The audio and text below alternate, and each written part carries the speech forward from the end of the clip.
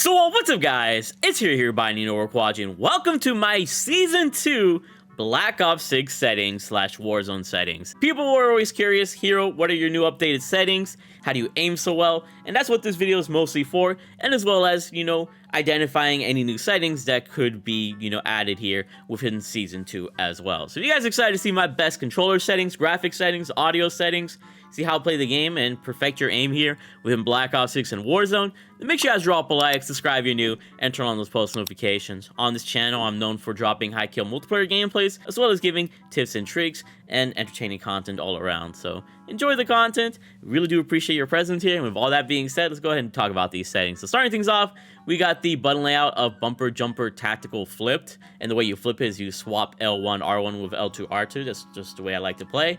And, here we are with bumper jumper tactical flipped. And what this allows me to essentially do is just use my regular PS4 controller or PS5 controller. You might not need this setting on Xbox. You could use like stick and move or something. But with the setting, I'm able to press L2 and jump shot and press R3 and slide or dive or whatever the case is. And this basically allows the PS4 PS5 controller to be a super controller, allowing me to really take advantage of the full on movement in this game and allow me to slay out. That's why you guys see me getting a bunch of like double nukes, triple nukes, because I'm just so used to this controller configuration, because I actually have been using this configuration for over 10 years now, since Black Ops 3 back in 2015 or whatever year it was. So it's been a decade of just using this thing, and I've been able to just really utilize movement and help me win. So up to you. It does take some time to learn, but I'm telling you, if you switch to this button layout, you will learn really well. Anybody that's tried to switch to it can definitely vouch for me. In case you're wondering what's on this controller right here, this is a Control Freak. You can go over to controlfreak.com and use code HERO to get yourself a discount. Just helps your aiming a little bit better if you want to play on a little bit of a higher sensitivity like I do.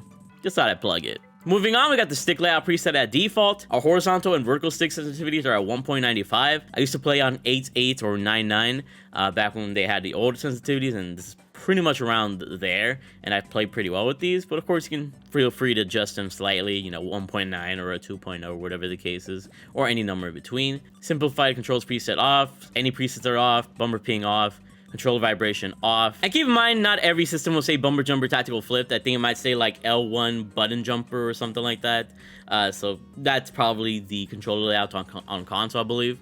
And when it comes to my dead zone inputs, here's what I got left stick min, right stick min at. And since I'm using bumper jumper tactical flipped or whatever my controller configuration is, I gotta have it a little bit more higher, because I will accidentally throw grenades if they're not a little bit higher, because I don't use these to jump. I use these to throw my grenade. Moving on to the aiming section here, we got sensitivity multiplier all at 1, nothing to change there. Look conversion on foot, aiming advanced settings here. Look conversion are all standard. ADS sensitivity transition timing instant, third person ADS correction type assist. Aim response curve type should be dynamic. Of course, you can choose to use standard or linear, but tests have been done on this thing for so many years, and dynamics is the best way to go, at least in my opinion. And don't mess with your curve slope scale, because that might, lay off your stickiness a little bit. This pretty much is the stickiest aim assist. When it comes to custom sensitivity per zoom, we got it on, and we got the low zoom through the 5x zooms at 0.9, and we got the rest of the zooms at 1.20. This makes it so we can be more accurate, and this makes it so we can be a little bit more accurate while not being too sluggish. Target aim assist is going to be on, of course. And then motion sensor behavior should be off. We don't really care about these advanced settings on motion sensor. Sprint assist should be on. I used to actually not play with sprint assist, but if you want that tactical sprint assist, you can put on tactical sprint assist as well. But this is just way too used with the omni movement to just leave it off. Sprint assist sideways, sprint assist backwards. You could turn these settings off if you don't like omni movement at all. But I do like it, so that's why I have it on there. Mantle assist should be off, and then mantle assist angle should be tight. Or you can, loosen it up a bit if you want. Crouch assist should be off. And then corner slicing, we don't like it when you like lean or whatever in like around corners. You can turn that off. I don't mind it, to be honest. Now, when it comes to slide / dive behavior, you could choose whatever you want. I like tap to slide because it still gives me the option to dive if I need to. Or you could do slide only or hybrid. This is just the way I'd like to use this thing. And the slide / dive activation is on short. But of course, you can go over to hybrid and switch it up a little bit that way as well. But I want to make sure my controller is as responsive as possible. Automatic airborne mantle on, sprint restore on. All these should be on basically, except for parachute automatic behavior. We have that off. Movement advanced settings, that is going to include auto move forward being off. You don't always have to be moving. Sometimes it's better to be in a corner or whatever the case is. And the rest of this should be pretty self-explanatory. And in vehicle advanced settings, copy all those, nothing really different there. Going over to combat now. I don't think I changed anything here. I just had prioritize finishing move here. Armor plate behavior should be apply all, just for Warzone purposes. For the rest of these, we got C4 detonation activation all at once, hold for equipment behavior, press manual fire behavior, combat advanced settings. Nothing I really changed here, except for tap to reload here in interact / reload behavior. So tap to reload is the way that I play multiplayer, but if you're playing Warzone, this is my Warzone settings right here. I just choose prioritize interact. Nothing else is different from my settings between multiplayer and Warzone except for this setting. In Warzone, I do prioritize interact because it allows you to loot faster and, you know, be more on the fly when it comes to Warzone. But in multiplayer, I don't need a loot or anything, so we got tap to reload. So keep that in mind whether you're playing multiplayer or Warzone. And then akimbo behavior, this is up to you. I usually do independent, but if you want the akimbo guns to shoot at the same time, you could do paired, and you could just shoot R1 and it'll shoot both of them. So that's up to you. I like independent personally though. And everything else here is personal preference. And then that should pretty much be it here. So yeah, let's move on to our PC graphics settings. So when it comes to our graphics settings here, and don't worry, I'll talk about console in a little bit. I got display mode full screen borderless because I play on one PC and I be alt tabbing and everything. So this is just better for me. And these are the rest of my specs. I have a 144 Hz monitor with 1440p. And if you want the rest of my PC specs, they're up here, just in case you guys are curious. NVIDIA reflex low latency, on plus boost is actually a better way to go, according to my friend that optimized my PC. So make sure you guys put on plus boost. Even though on is typically really nice by default, on plus boost is the way to go. And eco mode preset is going to be custom. And then the rest of these is all personal preference, I believe. Now going over to quality here, we got our resolution at 90 just so I can keep extra frames. And I already have the game looking nice because I'm on 1440p anyways. But if you're on like 1080p or whatever, I think having this at 100 would be better. But once again, if you need some extra frames, you can adjust to like 90 or 80 or whatever the case is. Upscaling / sharpening, we got Fidelity FX Cast. And we got FX Cast strength at 100 to help us, you know, make the game look a little bit nicer. AMD FSR 3 frame regeneration, you can put this on, but you might have some input delay. It does help improve your frames, but I just don't think it's worth having for that input delay. Variable rate shading, you can have this on.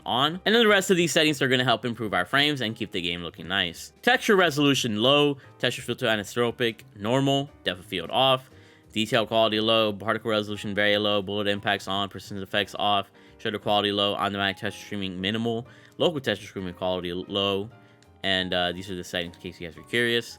Shadow quality very low, SSS off, occlusion and screen space lighting off, SSR off, static reflection quality low, tessellation off, volumetric quality low, deferred physics quality off, weather grid volumes quality off, and water quality off as well. Now going over to the view section here, field of view, I just have it maximized at 120. Some people like 100, some people like 110, 115, somewhere like that. I just like going all the way to see as much of the opponents as possible. ADS field of view is going to be independent. Now you can choose affected if you want to, but I like independent because it allows me to zoom in on my opponents whenever I'm ADSing. Because some people ask, Hero, how do you zoom in so much? It's because of this feature. You know, when you're ADSing, that means you're focusing in on something. You don't really care about whatever else is happening on the game because you can just look at the minimap or whatever. So this allows you to see everything a lot more, you know, clearly, and everything's going to appear larger, allowing you to be more accurate in these sort of situations where you're ADSing. So up to you, keep affected, but I like independent better personally. Weapon field of view wide keeps your gun smaller so you can see the rest of the screen a lot more easily. Third person field of view 90, vehicle field of view wide. Water motion blur, weapon motion blur should both be off. You do not want blurriness on your screen messing you up. And then first person and third person camera movement, at least 50%, not 75 or 100, because this removes shakiness, or at least has the least amount of shakiness. And then third person ADS for transition, and then flashbang off. Obviously, all personal preference here. So I'm gonna hop on my console real quick and show you my console graphics settings, and then we'll go to my PC audio settings. So here we are on my console graphics settings. In case you guys are wondering, I'm on my PS5 Pro, and here we've got the 120 Hz refresh rate on. If you're able to use a console like the PS5 or the Xbox Series consoles, you can have this on, and I definitely recommend it if you have like the monitor to do so as well, because it gives you the frames to compete with like PC players. HDR, I have it on. You obviously don't need to have it on. Eco mode preset off. When it comes to quality, we got world motion blur, weapon motion blur off, depth of field off, Fidelity FX Cast on, and we have it at 90. And on-demand texture streaming is optimized.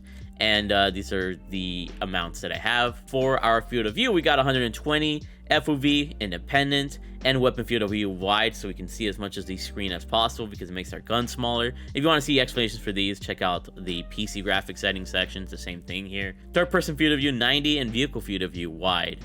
And then first person and third person camera movement at least 50%. You don't want to have it at less or default. This allows you to have the less shakiness possible and be more smooth while you're shooting the opponents. And then third person ADS transition or first person, whatever. And then inverted flashbang is off, but this is personal preference. But yeah, that's pretty much it for my console graphics settings. Let me hop back on my PC and show you guys some audio. And now here we are on my audio settings that I use on both PC and console technically. Master game volume should be 100. Gameplay music volume, I have it at 0 just because we don't need to listen to the music. Dialogue volume is going to be 44 and effects volume is going to be 100. This allows us to hear footsteps clearly, hear anybody reloading, breaking windows, or whatever the case is. Audio is a very big part of Call of Duty and it's going to help you the most. So this is the type of balance you do want to achieve within this game, unless you don't care about balance at all. Speaker/headphones, game sound device. Oh yeah, this is all like personal preference here. You guys can go ahead and choose whatever you want here. Reduce tinnitus sound on, I guess. And I think voice chat should all be personal preference as well. So now let's move on to interface settings. All these don't matter. This is all personal preference here. Telemetry, I have it on custom and I just show off my FPS. My server latency and packet losses, just to know if my frames are good and if the lobby is lagging or whatever the case is. And everything here doesn't matter. Subtitles. If you want to have subtitles on or off, that's up to you. I think subtitles are awesome because you're able to read and then react. Because sometimes there's a lot going on in game where the audio gets a little bit delayed and you're not able to, take hear of like a certain call out, and instead you can read the call out. So up to you. I don't have it on because it looks kind of ugly for, I feel like YouTube, because you just see all the text on screen. But I think as a player, I think it's really nice to have on. And then when it comes to our gameplay HUD, HUD presets, I highly recommend magnified because it makes everything bigger. And then you can change around all these other settings. But I like the minimap shape to be square so that it's a square and has more surface area than a circle, which is really nice.